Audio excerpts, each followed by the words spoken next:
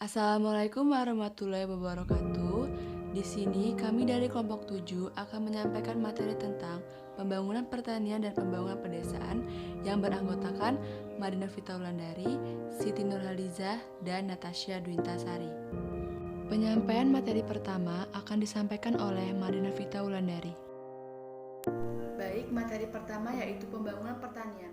Pembangunan pertanian merupakan suatu tindakan untuk mengubah kondisi pertanian dari kondisi yang kurang menguntungkan menjadi kondisi yang lebih menguntungkan.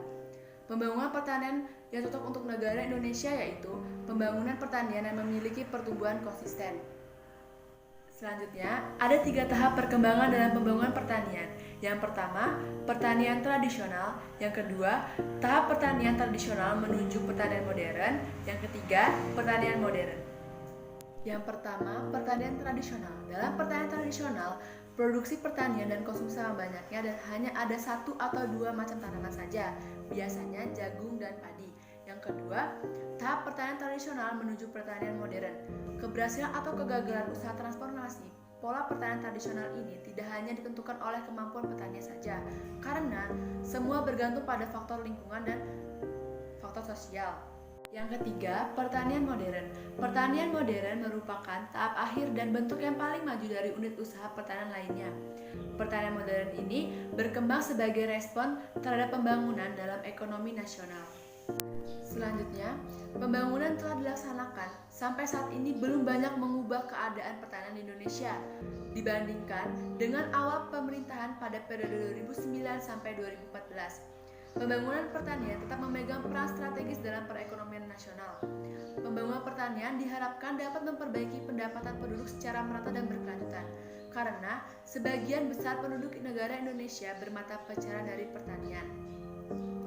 Pengembangan komunitas pertanian ke depannya perlu didukung oleh sumber daya kapital, teknologi maju, dan sumber daya manusia. Melalui pendekatan ini diharapkan akan terjadi keberlanjutan pelaksanaan program pembangunan karena adanya daya dukung partisipasi masyarakat luas. Selanjutnya, sejalan dengan target utama Kementerian Pertanian tahun 2010 sampai 2014 yang meliputi pertama, pencapaian swadaya dan swadaya berkelanjutan. Yang kedua, peningkatan diversifikasi pangan. Yang ketiga, peningkatan nilai tambah daya saing dan ekspor. Yang keempat, peningkatan kesejahteraan petani. Penyampaian materi kedua akan disampaikan oleh Siti Nurhaliza. Strategi yang akan dilaksanakan adalah melakukan revitalisasi pertanian dengan fokus terhadap 7 aspek dasar. Yang pertama adalah lahan, yang kedua perbenihan dan perbibitan, ketiga infrastruktur dan sarana, keempat sumber daya manusia, kelima pembiayaan petani, keenam kelembagaan petani, dan yang terakhir adalah teknologi dan industri hilir.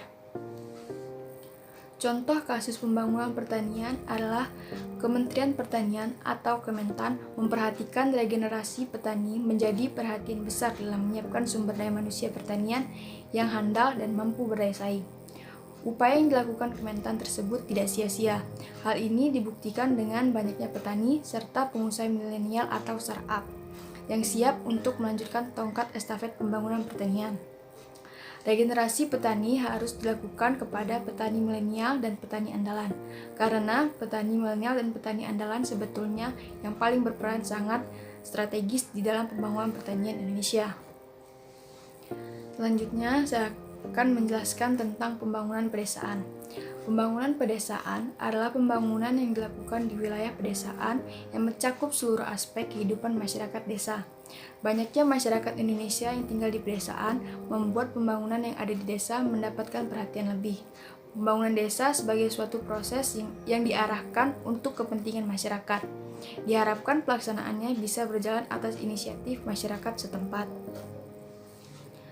Tujuan utama pembangunan pertanian dan daerah pedesaan di negara berkembang adalah untuk memperbaiki taraf hidup masyarakat di pedesaan melalui peningkatan pendapatan, total produksi atau output, dan produktivitas petani kecil sehingga diperlukan syarat-syarat bagi terlaksananya pembangunan daerah pedesaan.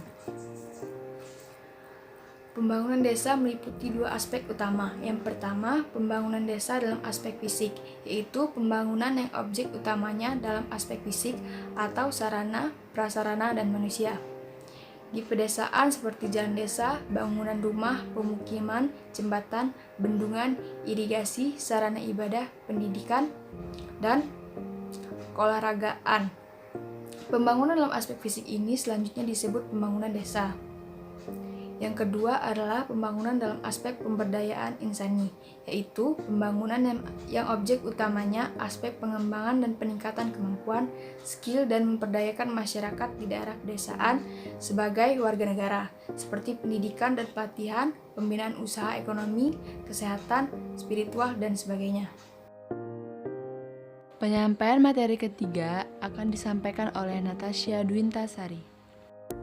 Selanjutnya itu syarat-syarat terlaksananya pembangunan pedesaan. Ada 3 syarat yang harus dipenuhi. Yang pertama yaitu land reform, yaitu struktur usaha tani dan pola kepemilikan lahan harus disesuaikan dengan tujuan utama, yaitu peningkatan produksi bahan pangan serta pemerataan segala manfaat dan keuntungan kemajuan pertanian. Yang kedua yaitu kebijakan-kebijakan pendukung. Semua manfaat dari pembangunan pertanian berskala kecil dapat direalisir dengan nyata dengan didukung oleh serangkaian kebijakan pemerintah yang diciptakan untuk memberikan peluang-peluang ekonomi dan berbagai kemudahan yang diperlukan untuk mendapatkan segenap input utama guna meningkatkan tingkat output dan produktivitas mereka. Yang ketiga yaitu keterpaduan tujuan-tujuan pembangunan. Keberhasilan pembangunan pedesaan juga ditentukan oleh hal-hal penting seperti upaya-upaya untuk meningkatkan pendapatan real, penanggulangan masalah ketimpangan, distribusi pendapatan dan kesempatan ekonomi antar pedesaan dan perkotaan, dan pengembangan kapasitas sektor pedesaan sendiri dalam rangka menopang dan memperlancar langkah-langkah perbaikan dari waktu ke waktu. Yang selanjutnya, karakteristik masyarakat pedesaan dengan masyarakat perkotaan itu sangat berbeda. Masyarakat pedesaan cenderung erat kaitannya dengan adat istiadat. Dan dari berbagai macam masalah yang ada di pedesaan, masalah utama yang ada yaitu kemiskinan. Sehingga untuk melakukan suatu pembangunan diharapkan dapat difokuskan kepada desa. Pembangunan pedesaan dikatakan berhasil apabila segala potensi yang tersedia di pedesaan digunakan secara maksimal dan mendapatkan hasil yang memuaskan. Sebisa mungkin pembangunan desa dilakukan dengan memanfaatkan segala potensi yang ada demi kualitas hidup masyarakat desa. Contoh kasus pembangunan pedesaan. Kami mengambil contoh kasus yang berjudul Pembangunan di Pedesaan Tetap Berjalan di Tengah Pandemi, yang berisikan demi cegah banyaknya pengangguran, Presiden Joko Widodo saat ini gencar mendesak kementerian untuk mempercepat peluncuran program padat karya tunai demi menjaga kualitas daya beli masyarakat terutama bagi yang tinggal di pedesaan.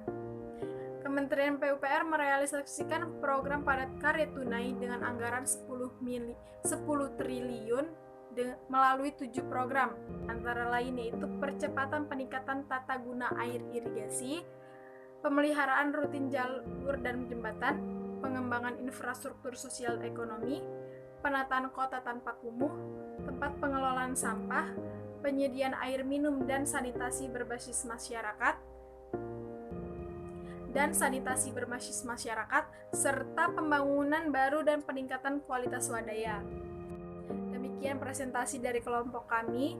Apabila ada kekurangan, kami mohon maaf. Terima kasih atas perhatiannya. Wassalamualaikum warahmatullahi wabarakatuh.